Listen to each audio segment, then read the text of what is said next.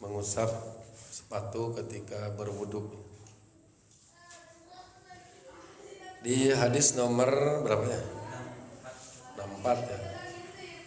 64 walil arbaati ya. Baik, hadis nomor 64 di terjemah Bulughul Maram Ahsan. Insyaallah kita akan bahas dua hadis, hadis nomor 64 dan 65 berarti. Karena dua hadis ini saling berkaitan. Baik, kita mulai dari hadis nomor 64. Walil arbaati in anhu illan Nasa'i. Dan riwayat imam yang 4 darinya, maksudnya masih dari Mughirah ya. Kecuali Imam Nasa'i. Anna Nabiyya sallallahu alaihi wasallam, bahwa Nabi sallallahu alaihi wasallam masaha a'lal khuffi wa asfalahu. Nabi mengusap sepatu bagian atas dan bagian bawah. Wa fi isnadihi dhafun, namun pada sanadnya ada kedoifan. Jadi sanad hadis ini doif, yang menjelaskan bahwa mengusap sepatu itu bagian atas dan bawah. Nah, ini harus kita bahas dengan hadis selanjutnya di nomor 65 ya. Nah, kita bandingkan antara hadis nomor 4 dengan 64 dengan 65. Kita lihat sekarang 65-nya. Wa an aliyin alaihissalamu annahu qala. Dan dari Ali alaihissalam bahwasanya dia berkata, laukana dinu birra'i, seandainya agama bisa diukur dengan logika, lakana asfalul khuffi aula min bil mas'i min a'lahu, pastilah mengusap sepatu lebih utama bagian bawah daripada bagian atas kalau agama pakai logika. Wa qad ra'aitu Rasulullah sallallahu alaihi wasallam yamsahu ala dhahiri kufaihi. Namun aku melihat Rasulullah SAW mengusap bagian atas sepatu. Akhrajahu Abu Dawud.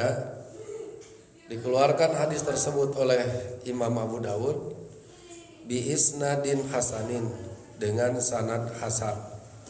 Baik, kita cermati antara hadis nomor 65 yang menyebutkan bahwa ketika mengusap sepatu itu atas dan bawah, atas sepatu dan bawah sepatu. Itu yang 65. Yang pada sanadnya ada kedoifan. Yang 64 ya. Sedangkan yang 65 hadis dari Ali bahwa mengusap sepatu itu bagian atas saja, tidak dengan bagian bawah. Sanadnya hasan, gitu ya. Nah, di sini keunggulan Bulughul Maram, dan harus hati-hati dengan cara baca Bulughul Maram. Kedua hadis ini berarti Ibnu Hajar ingin menunjukkan kepada kita, kepada pembaca, bahwa hadis 64 bertentangan dengan hadis 65 secara sanad dan secara matan sekaligus. Jadi secara sanad ini hadis dhaif melawan hadis hasan. Bahkan kalau yang hadis 65 itu dikatakan oleh penulis dalam kitab Talkhis, innahu hadisun shahihun. Sesungguhnya hadis 65 yang dari Ali ini, yang cukup mengusap bagian atas sepatu saja, itu hadis sahih. Berarti kalau begitu hadis dhaif melawan hadis sahih. Ya siga cacing ngelawan orang kumaha tah jadina. Gak akan menang. Maka hadis 64 derajat kedoipannya semakin parah. Sudah mah dianya doib bertentangan dengan yang sahih, nambah parah doibnya tuh gitu. Maka kedoipannya ini menjadi munkar. Tadi nama ukur doib sanadnya. Tapi karena juga bertentangan secara matan dengan yang sahih, maka doibnya jadi munkar. Oh, mal bisa diamal. Munkar itu diingkari, tidak bisa dipakai gitu. Jadi kesimpulan tentang mengusap sepatu itu adalah bagian atas saja. Makanya di sini Imam As-Sun'ani mengambil kesimpulan wal hadisu fihi ibanatun. Pada hadis tersebut ada penjelasan, hadis yang Ali ya, yang 65. Penjelasan lima halil mashi alal khufain. Penjelasan tentang mengusap atas dua sepatu. Wa annahu dhahiruhuma, dan bahwa yang diusap itu bagian atasnya, la ghairu, bukan yang lainnya. Wala yumsahu asfaluhuma, dan tidak boleh diusap bagian bawahnya. Tegas. Artinya Imam As-Sun'ani ya sudah nomor 64 gak bisa dipakai. Jadi jangan sekali-kali dalam memahami hadis itu punya sifat memilih. Saya mah cocoknya nun 64 cenah wiose, gak apa-apa yang bawahnya juga, gak bisa begitu. Gak boleh. Karena dikatakan doib itu berarti bukan dari Nabi sumbernya. Di antara syarat hadis sahih kan harus muttasil sanad, harus nyambung ke Nabi. Ini kan tidak muttasil, tidak nyambung, doib sanadnya. Matan isi doi bertentangan dengan yang sahih, wah repot. Nah di sini pentingnya kita untuk mengkaji hadis. Jadi tidak semua hadis itu bisa dipakai diamalkan, tidak. Makanya bagus sekali nih Ibnu Hajar direndengkan gitu. Nomor 65 disandingkan dengan 64 dengan 65. Nah ini memberi ilmu kepada kita bagaimana cara untuk membandingkan antara dua hadis yang jelas terlihat bertentangan baik dari kualitas sanad maupun dari segi matan gitu. Dan lebih repot lagi yang hadis 64 ini bertentangan dengan hadis 63 deh. 64 teh. Anu 63 kan riwayatnya muttafaq alaih, Bukhari Muslim. Wah, mikir repot. Karena di hadis 63 itu ada kalimat famasaha alaihima di ujung hadis. Coba cek di hadis 63. Perhatikan di ujung hadis. Famasaha, kemudian Nabi mengusap alaihima bagian atas sepatu, kan alaihima. Lamun bagian bawah berarti tahtahuma. Ya Nabi mengusap alaihima. Udah hadis 64 mah bubuk. Dengan Bukhari Muslim yang 63 bertentangan, dengan yang hadis Abu Daud dan juga di riwayat ya Abu Daud bertentangan yang 65 gitu. 64 mah ribu. Tapi ini memang jadi ilmu berharga bagi kita. Jadi ya harus hati-hati dalam mengamalkan hadis. Tidak bisa asal di situ ada qola Nabi atau fa'ala Nabi gitu atau apa gitu. Jangan, karena ada juga orang-orang yang menisbatkan Nabi padahal sebetulnya bukan dari Nabi. Bahkan ada yang berdusta atas nama Nabi. Makanya kata Nabi, man kadzaba alayya muta'ammidan, siapa yang berdusta atas namaku dengan sengaja, falyatabawa maq'adahu minan nar. Siap-siap menempati tempatnya di neraka. Jadi enggak boleh sembarangan dalam hadis itu. Gitu ya. Ini luar biasa Bulughul Maram ini. Memang fikih hadis. Sebenarnya fikih hadis Bulughul Maram teh. Cuma disusun dalam pola fikih ibadah.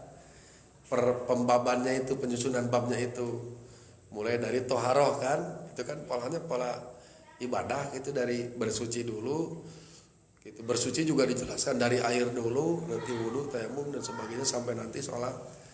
Itu kan rangkaian dalam peribadahan gitu. Makanya suka juga disebut fikih ibadah ya. Padahal sebenarnya apa? Lebih kental fikih hadisnya. Walaupun memang penyusunannya sesuai dengan susunan ibadah gitu. Tapi fikih hadisnya harus hati-hati, luar biasa. Baik, itu barangkali. Oh ya, ada makna juga pada hadis 65. Ali mengatakan, seandainya agama itu diukur dengan logika, laukana dinu biroi, seandainya agama diukur dengan logika, lakana asfalul khufi aula bil masi min a'lahu. Pastilah bagian bawah sepatu lebih utama diusap daripada atasnya. Kalau agama diukur dengan logika, karena barangkali yang kotor itu bagian bawah. Tetapi karena agama ukurannya bukan logika, agama itu ukurannya wahyu. Bagaimana firman dari Allah, bagaimana sabda dari Nabi, itulah agama. Tetapi yakin bahwa agama itu tidak akan bertentangan dengan logika, tidak akan bertentangan dengan fitrah sebetulnya gitu. Hanya saja kadang ada istilah mungkin rasionalisasinya. Nah, kita mungkin harus cari sudut pandang yang tepat untuk merasionalisasikan agama itu sendiri. Tapi bukan berarti mengukur agama dengan rasio atau dengan logika itu sendiri, jangan. Jadi dasar dalam agama jangan dengan logika, tetap dengan wahyu. Firman Allah di Quran, sabda Nabi di hadis, itu landasan atau ukuran agama. Tetapi yakinlah bahwa agama itu sumbernya dari Allah, disampaikan melalui Rasulullah, pasti tidak akan bertentangan dengan akal kita, tidak akan bertentangan dengan fitrah kita. Pasti. So, mana bagian dina agama Islam itu bertentangan dengan fitrah, dengan kebutuhan manusia, baik lahir maupun batin? Pantaya. Kulu wasrobu wala tusrifu, makanlah, minumlah dan jangan berlebihan. Ternyata memang berlebihan itu berbahaya bagi tubuh. Berlebihan dalam makanan apapun, kalau berlebihan berbahaya. Minum juga berlebihan berbahaya. Itu kan berarti sesuai dengan fitrah. Berlebihan tidak menyehatkan. Agama sudah melarang 1400 tahun yang lalu. Dokter makarek ayeuna. Abad ayeuna. Agama waktu 1400 tahun yang lalu. Sekarang di kalender sudah 1446 kan? Berarti 1446 lebih yang lalu agama sudah melarang dalam makan dan minum jangan berlebihan, sesuai fitrah. Sesuai, sekarang baru tahu gitu dokter sekarang. Berlebihan itu berbahaya bagi tubuh. Makanya diatur. Dina obat kayak overdosis, OD. Dina makanan orang Sunda bilang keberkahan, tapi juga ke jantung, ke ginjal, ke apa yang ada di dalam organ-organ juga memang berbahaya kan. Kalau berlebihan apapun itu gitu. Nah, kadang-kadang yang mengharamkan itu kadang-kadang efek berlebihan diharamkan, padahal sebetulnya diharamkan, tapi ngaharamkeunna karena zatna, padahal bahayanya itu karena berlebihan gitu. Ya seperti anu ngaharamkan rokok kan, sebenarnya kan efek berlebihannya yang berbahaya itu. Kalau tidak berlebihan mah henteu teu berbahaya. Buktina geuning teu jengker. Sugan aya sekali ngarokok langsung jengker pan teu 2 kali, 3 kali, 4 kali, 5 kali. Aya teu panu dugi ka sepuhna ngarokok. Aya kan? Ya jengker teu. Henteu. Nah barangkali berlebihan itu. Da berlebihan mah sagala atuh. Bagai minyak goreng berlebihan kayak jantung koroner. Iya. Karena gula berlebihan, teh manis atau apa berlebihan jadinya naon? Penyakit gula, diabetes. Bahkan sekarang anak-anak berlebihan dalam minuman apa namanya? Kemasan. Sekarang kan katanya banyak anak-anak yang kena itunya. bukan ya diabetes dan ini apa? Ginjal. Karena berlebihan minum tuh kan. Apakah mau diharamkan air kemasan? Jangan diharamkan berlebihan. Nah, tapi ya gitulah ulama kadang ada yang mengharamkan zatnya. Itu padahal sebetulnya efek dari berlebihan gitu.